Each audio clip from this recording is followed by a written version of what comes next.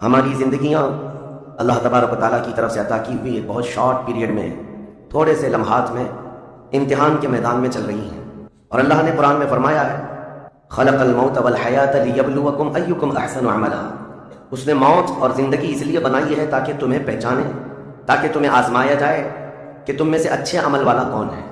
ہم دارالعمل اور دارالامتحان میں ہیں، یہ زندگیاں بہت تیزی سے ہماری گزرتی چلی جائیں گی۔ اور وہ فرمان ہے مخبر صادق صلی اللہ تعالیٰ علیہ وسلم آپ کے حوالے کرتا ہوں، حضور پاک صلی اللہ علیہ وسلم نے فرمایا ایک دور آئے گا قیامت کے قریب جب بچے جوان نظر آئیں گے اور جوان بوڑھے نظر آئیں گے۔ یہ وہی دور ہے، چھوٹے سے چھوٹے بچوں کو دیکھیں وہ جوانی کی باتیں کرتے ہیں۔ پچھلے دور میں جوانوں کو جو باتیں معلوم نہ ہوتی تھیں وہ آج کے 5 سال 6 سال کے بچوں کو ساری چیزیں معلوم ہیں۔ یہ مکمل موبائل آپریٹ کرنے کی تعلیم ان کو ہم سے زیادہ آتی ہے، یہ اس قدر جوان نظر آتے ہیں۔ اور جو جوان ہیں وہ جوانی میں تھک چکے اور بوڑھے لگنے لگ گئے، اپنے ہاتھوں جوانی برباد کیا اور بڑھاپا ان کے چہروں پر نظر آنے لگ گیا۔ تو یہ قیامت کی اس نشانی کے بارے میں جو حضور نے فرمایا تھا وہ دور آ چکا۔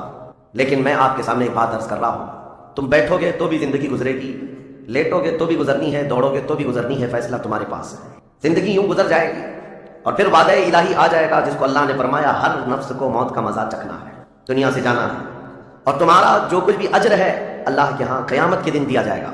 اور پھر جو شخص دوزخ سے بچا لیا گیا اور جنت میں داخل ہوا وہی سب سے کامیاب زندگی گزارا۔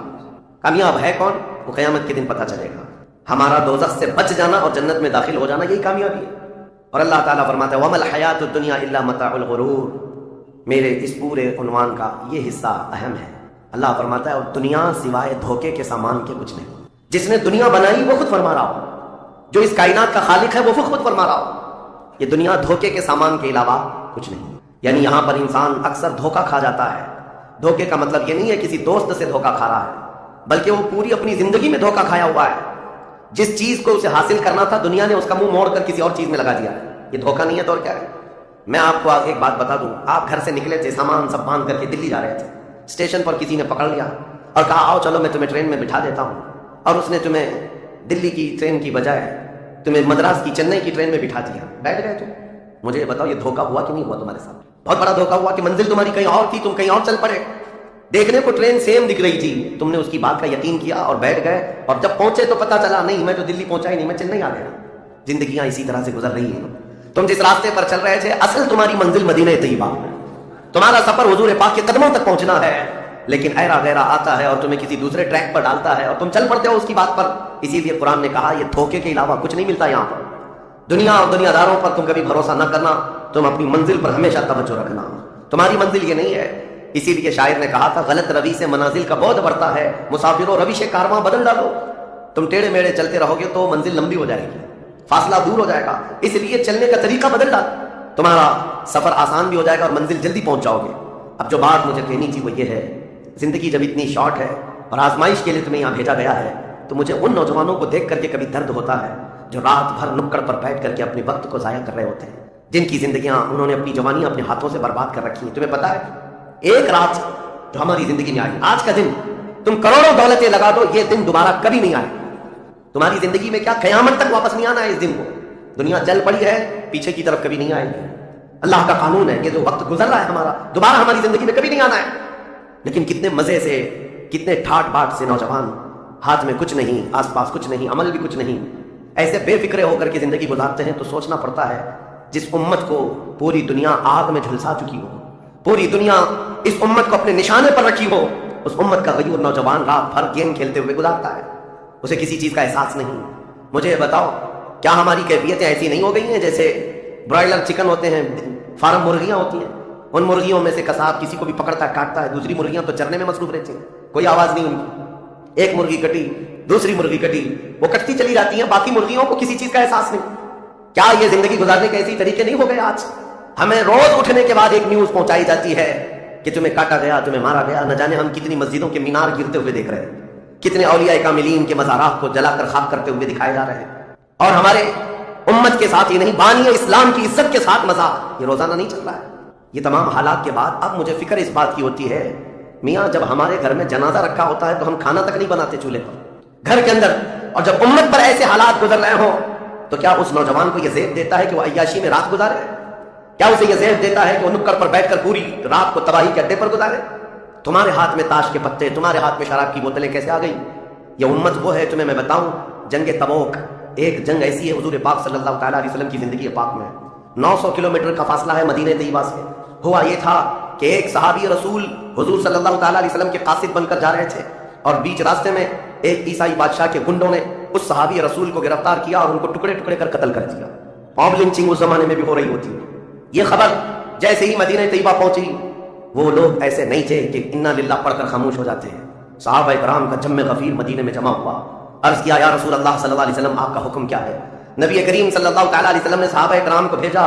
اس میں سپہ سالار کی تعداد کئی صحابہ کی تھی، اور جب یہ لشکر جرار مدینہ طیبہ سے نکلا 900 کلومیٹر دور چل کر کے گئے، اور وہاں جا کر کے جن لوگوں نے حضور کے ایک غلام پر ہاتھ اٹھایا تھا ان کے بقیے کھڑا کر دیے اور ان کو الٹ پلٹ کر کے آئے، اور لوگوں کو یہ میسج دیا تھا کبھی حضور کے غلاموں کی طرف چھیڑخانی نہ کرنا ورنہ پورا مدینہ باہر آ جائے گا. یہ یونٹی، یہ اتحاد ان کے اندر، یہ احساس میرے آقا صلی اللہ تعالیٰ علیہ وسلم نے پیدا کر رکھا تھا کہ کل مؤمن جسد واحد. حضور صلی اللہ تعالیٰ علیہ وسلم نے فرمایا کہ پورا جتنے مومن ہیں وہ سب ایک جسم کی طرح ہے، ایک جسم کی طرح ہے. اذا اشتكى عضو تداعى له سائر الجسد بالسهر والحمى. جیسے ایک پارٹ کو اگر درد ہوتا ہے تو پورے جسم میں بخار آتا ہے. مومنوں کی کیفیت یہ ہونی چاہیے، لیکن احساس دھیرے دھیرے ختم ہوتا چلا گیا. آج ہماری پستی کا ایک سبب یہ بھی بتایا جاتا ہے، جس کو شاعر نے کہا تھا قوت فکر و عمل پہلے فنا ہوتی ہے جب کسی قوم کی شوکت پہ سوال آتا ہے. سوچنے سمجھنے کی صلاحیت پہلے ختم ہو جاتی ہے. آدمی سوچتا نہیں، سمجھتا نہیں، بس اپنے وقت کو ضائع کر رہا ہے، برباد کر رہا ہے، بیٹھا ہوا ہے، گپے لگا رہا ہے. میں آپ کو بتاؤں ہماری عمروں کا احتساب ہونا چاہیے. ہماری زندگی کو گن کر کے دیکھیں کتنے سال کے ہیں آپ؟ 25 سال، 30 سال، 35 سال، 40 سال، اور اس کے بعد گنو ہم سے کیا ہو سکا ہے اس دنیا میں. ہم اس دنیا میں کیا کر چکے اب تک؟ ہم سے کچھ نہیں ہوا. اگر تاریخ میں آپ کو بتاؤں میرے عزیزوں، آپ کو پتہ ہے اس ہندوستان کی سرزمین پر سب سے پہلے لشکر اسلام کی سپہ سالاری کرتے ہوئے آنے والا ایک نوجوان محمد بن قاسم 10,000 کا لشکر لے کر عرب سے آیا تھا اور پرچم اسلام لہرایا تھا. تاریخ میں آج بھی رقم ہے. اپنے پنڈتوں نے بھی اس تاریخ کو لکھا ہے. ہاں، پنڈتوں نے بھی لکھا ہے. اور یہ محمد بن قاسم 10,000 کی سپہ سالاری کے ساتھ ہندوستان میں آ کر اسلام پھیلایا. عمر کیا تھی؟ صرف 19 سال کی عمر تھی. 19 سال کی عمر میں یہ عظیم کارنامہ انجام دینے والے انہوں نے اپنی عمر کا صحیح استعمال کیا، اپنی ایج کو برباد نہیں کیا، ضائع نہیں کیا.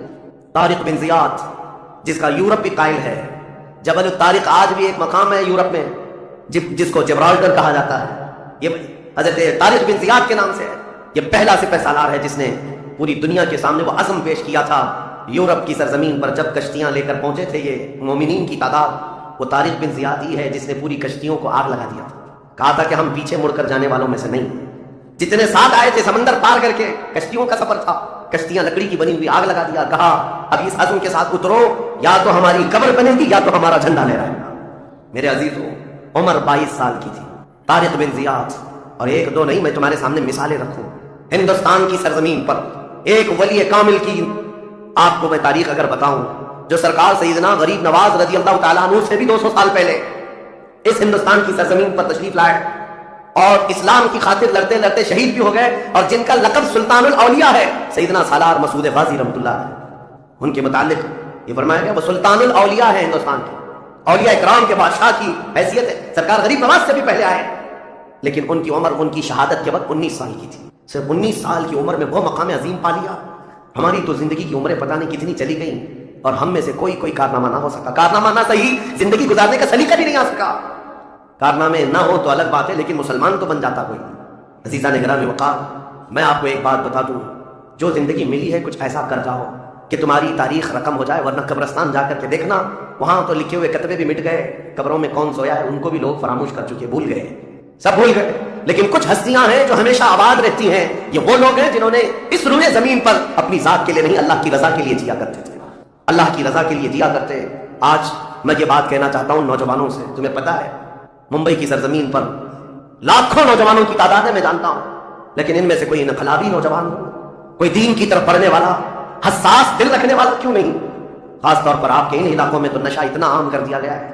ہم دور دراز علاقوں سے سنتے ہیں کہ مسلمانوں کی میجورٹی والے علاقے یہاں نشہ بکتا بھی ہے، کرتے بھی ہیں، رات بھر اسی میں پڑے رہتے ہیں. کس نے اس دنیا میں تمہیں ملوث کیا ہے؟ یہ وہ قوم ہے جو قیصر و کسریٰ کو گھٹنے پر لے آئی تھی. یہ وہ قوم ہے جس نے دریائے دجلہ میں گھوڑے دوڑا دیے تھے. یہ وہ قوم ہے جس نے افریقہ کی جنگلوں میں بھی اذانیں دی تھی.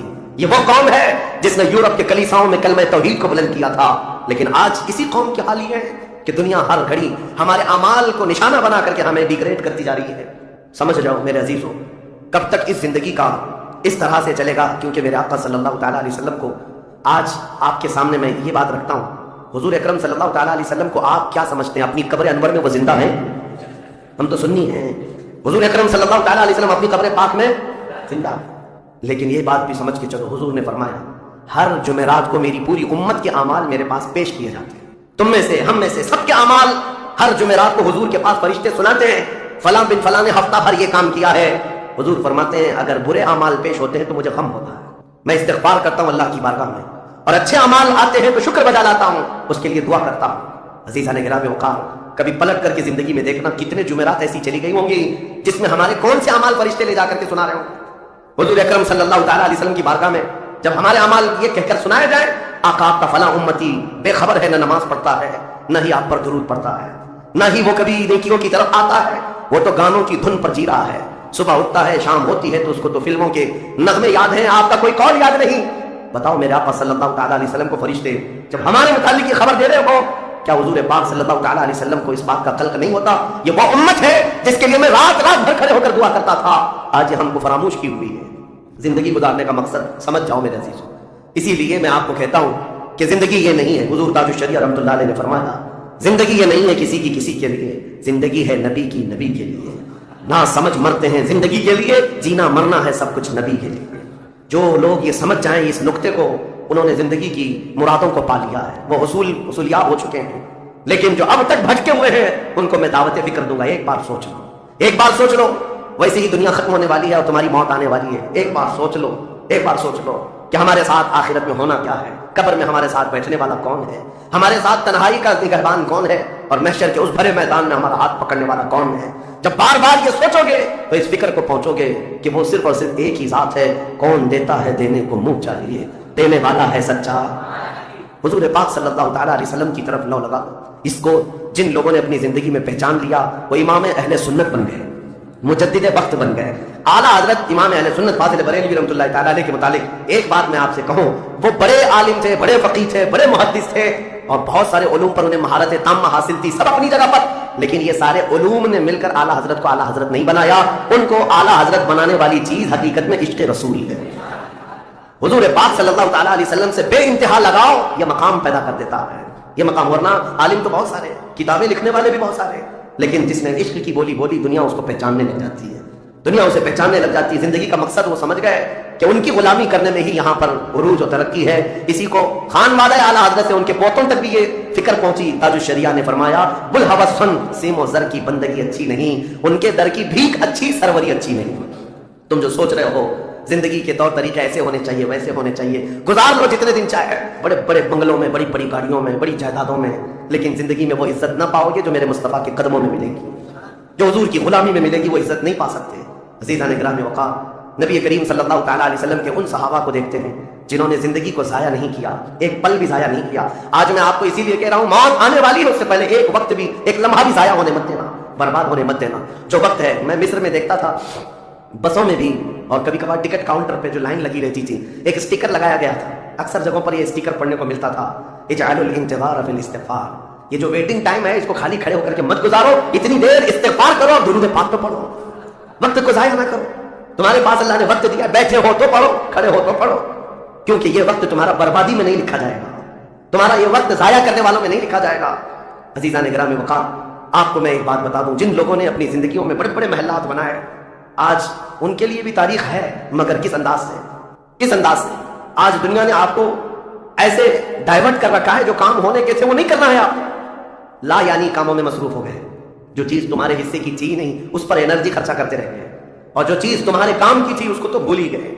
آپ کو میں ایک بات بتا دوں، ہو سکتا ہے شاہجہاں نے تاج محل بنایا اور پھر بادشاہ قطب الدین کے زمانے کے نشانیاں موجود ہیں، لال قلعے بن گئے، قطب مینار بن گیا، بڑی بڑی عمارتیں، لوگ اوپر سے نیچے دیکھنے کے لیے آتے ہیں. لیکن میں یہ کہتا ہوں یہ کوئی کمال کی چیزیں تھی نہیں، کمال کی چیزیں تھی نہیں.